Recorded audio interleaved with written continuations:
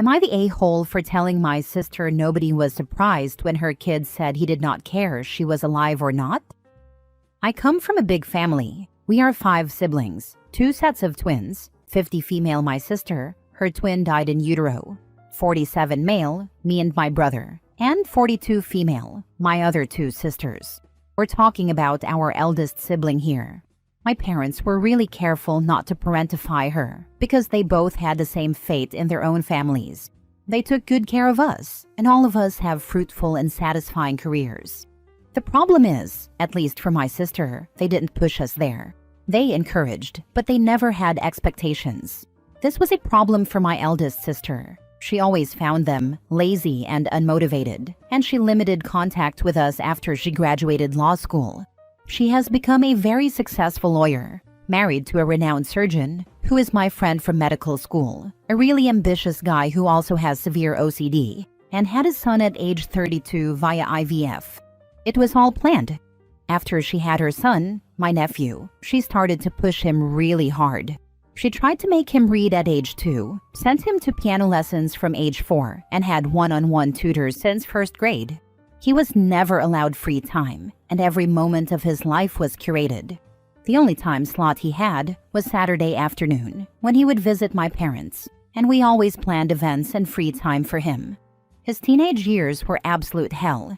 He was forced beyond his capacities by my sister and brother-in-law, and when he was 16, he tried to end himself at the hospital where brother-in-law works by stealing benzos from the nurse counter. After that, he spent a good amount of time in inpatient care, 5 months in the ward, 3 months in a group home, and after that, he asked to stay with me.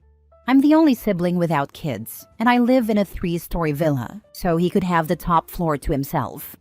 Brother-in-law had an awakening and divorced my sister after this. He and my nephew had a year of family therapy, and last summer, my nephew moved back in with brother-in-law and decided to pursue medicine. I don't live in the US. Medical school starts directly after high school and lasts 6 years. During that time, my sister really dug in her heels. She blamed us and my brother-in-law for letting him be weak.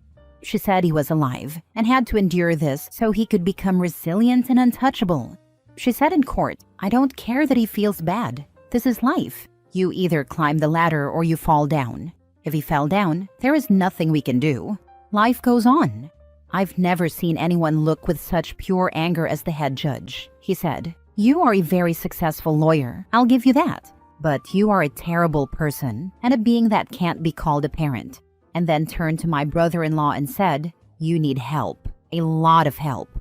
Last January, my sister had a mini stroke, and she genuinely started to reflect on her life, as I heard from my brother, who is the only one of us who still checks in on her. Last week, she tried to reach out to my nephew, but he directly told her he didn't care whether she was alive or not. When she tried to talk to me about it, I briefly said, "What were you expecting, sis?" and ended the call. Now the rest of the family is calling me an a-hole, and they think I should have supported her. Now for the top comments before reading the update. Sounds like your sister was more concerned with molding her son into a perfect image for her own ego than actually being a loving and supportive parent. You did the right thing by not sugarcoating the truth and holding her accountable. Sounds like your sister was so focused on creating the perfect child that she forgot to nurture the human being inside him. Respect to you for standing up for your nephew and calling out your sister's toxic behavior. Not the a-hole. Your family should back off. It's a good thing that your sister's stroke has caused her to re-examine her life, though why she didn't engage in some introspection when a judge presiding over her case called her out on her horribleness eludes me. It may be too late now for her to fix her relationship with her son. If she wants to keep trying, she should seek advice from a professional family reunification counselor. Not the a-hole. She treated parenthood like a boot camp, and now she's shocked the recruit went AWOL. Actions have consequences, even for top-tier lawyers. I do remember how her fellow lawyers talked about her after this, and she was very heavily criticized. I have some high school buddies who are lawyers, and they had very juicy gossip about her. She is one of the lawyers they call Haifisch in German. She is known for her relentless ambition and almost pathological hunger for dominance. Growing up with her as a sibling must have been fun. On a side note, my parents are also the type of people who ask, "So, why is it not 10?" instead of congratulating your 9. And that's a thing that I have sworn to never do with my kids. She did not interact with us much, so I can say she wasn't a big problem for us. She was a problem for our parents, though. I remember her yelling at them for not sending her to the boarding school because they thought it had a really unhealthy school culture. I wonder sometimes if they have sent her to school, she would have woken up way earlier. Mini update the next day. My brother had a talk with her. He laid down all the stuff I told here and made her read this post. To our surprise, she knew about Reddit. When she asked what to do about it, he said she should be working on herself and maybe come to peace with the fact that she will die alone in a care home. He said she looked really defeated, but she got why she was abandoned by the family. She will leave town and transfer her office to another state because, as she told him, it's too much pain for me. Again, an egocentric perspective, but at least she will leave. She's leaving next Monday. My nephew said she wants to look into his eyes one last time before leaving, so he will meet her Saturday afternoon at my brother's house. Next story. Am I the a-hole for telling my dad's partner she knew he was still married when she started dating him, and I'm not here to make that easier on her? My parents have been married for over 30 years now. I put married in quotes because legally they are married, but they broke up when I, 24 male, was 2. And with that, came living like a kid with divorced parents, even though they were never formally or officially divorced. The reason? They don't want to split their assets in a divorce. They argued over it and almost divorced twice, but always ended the proceedings because neither wanted to lose in the divorce. So they remained legally married and operate day-to-day like divorced people. Both have been in other relationships, and when me and my siblings, 26 male and 27 female, were kids, they split custody of us. It was always kind of crazy because we'd say we had divorced parents when we technically didn't, and on the outside, it looks that way. But when you're close to us, you find out for one reason or another. My mom and dad are both with long-term partners now. Both of the partners have issues with the fact they're still technically married and can't get married themselves. My mom's guy learned fast that me and my siblings didn't want to hear him whining about that. My dad's partner is different. She keeps trying to talk to us about it, and speaking for myself, I have tried to be diplomatic and kind by asking her not to drag me into relationship issues, but she refuses to let it go. She wants to cry about it to us and have us say we hate it for her and offer advice or tell her what to do. It's damn weird since these are our parents she's complaining about. Last weekend, she cornered me at my grandpa's birthday and started unloading her frustration on me about it. In a maybe too harsh way, I told her to stop. I said she knew Dad was still married when she started dating him, and she had to accept that fact, because I'm not here to make that easier on her. I said she was driving me crazy, and to shut up already. She told me I didn't need to be so uncivil and volatile toward her, and she had a real attitude the rest of the party. Dad asked me about it, and I told him everything that happened, and he acted like I never said anything. Then she texted and demanded an apology. Am I the a-hole? Not the a-hole. Her expecting sympathy from the kids is freaking insane, and her not being respectful to keep you out of it is a huge red flag for Dad that he's oblivious to or ignoring. She's chosen to be with him, and he's obviously stonewalled her when she's brought it up with him. Then she either needs to accept it or move on to somebody else. Not the a-hole. You're not her therapist, and unloading on you has absolutely no effect on your parents' marital status. It's just annoying. What does she expect? Does she think she can convince you to think the same way and use you as leverage to convince your dad to go through with the divorce? It's absolutely pointless to complain to you about the situation when you're the one who's lived through it, literally your entire life. Maybe she just wants to vent, but you're not one of her girlfriends. In my opinion, I think she's trying to get the kids on board to push the idea of divorce. Otherwise, why get you involved at all? I definitely wouldn't apologize to her if I were you. We have suspected she might, very wrongly, believe that we could make our parents go through with the divorce. Maybe she thinks if we're on her side and get really close, will advocate for her and get her what she wants. Mom's partner was the same, but he took the very clear hint. I think the best course of action is to set clear boundaries. No more hints. Just lay it out straight. Her relationship with your father, and everything that comes with it, is solely between them, and she needs to stop forcing their relationship hardships onto you. If she continues to break that boundary, then I'd say get your father involved and limit contact with her until she realizes she's not going to get what she wants through you. I don't know if she's doing it intentionally, but it might be out of desperation, at your expense all the same. Next story. Am I the a-hole for telling my son's girlfriend to stay away from him because she is distracting him from his responsibilities? I, 50 male, am a single father to my son, 15 male. My then-girlfriend got addicted to drugs and walked out shortly after he was born. She is no longer in our lives. My son has been making exceptional grades, and he plays for his high school's baseball team. He's pretty good at it, though my opinion may be a little biased lol.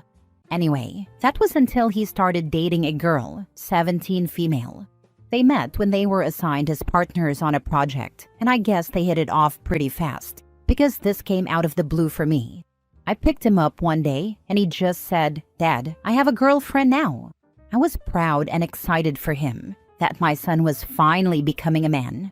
I also had a remedial version of the talk with him. You can never be too careful. They've been dating for the past few months and they seem very happy together.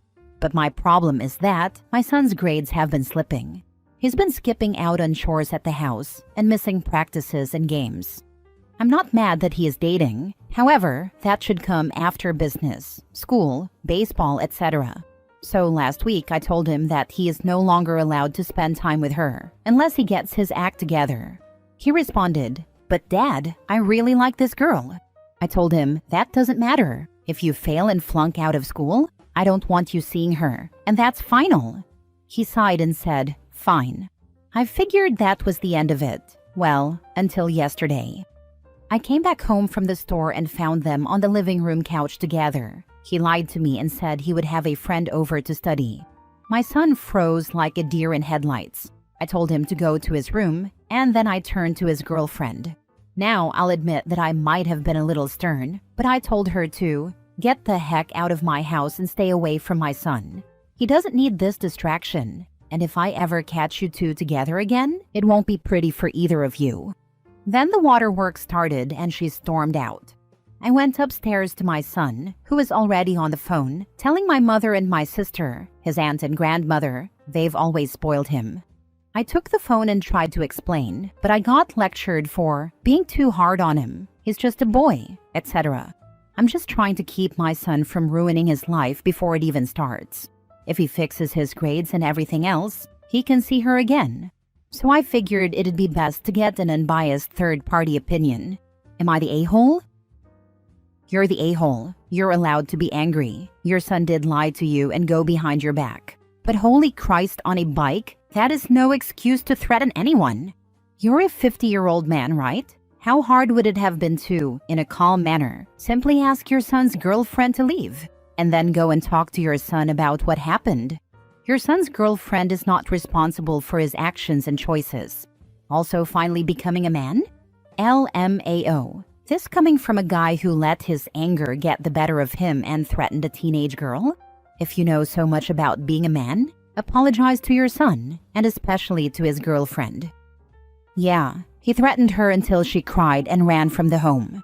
And he's a corrections officer, and he threatened her. I would be calling his job. I'd be calling the police department. I'd be calling his sergeants or commanding officer and probably the city that he worked in to report him. I just cannot believe in any world someone thought they could yell at a child that's not theirs, for something their child probably instigated or neglected to explain. Poor girl was probably terrified. Nowhere in the post does it actually say if she knew the son was supposed to see less of her. He likely didn't even tell her.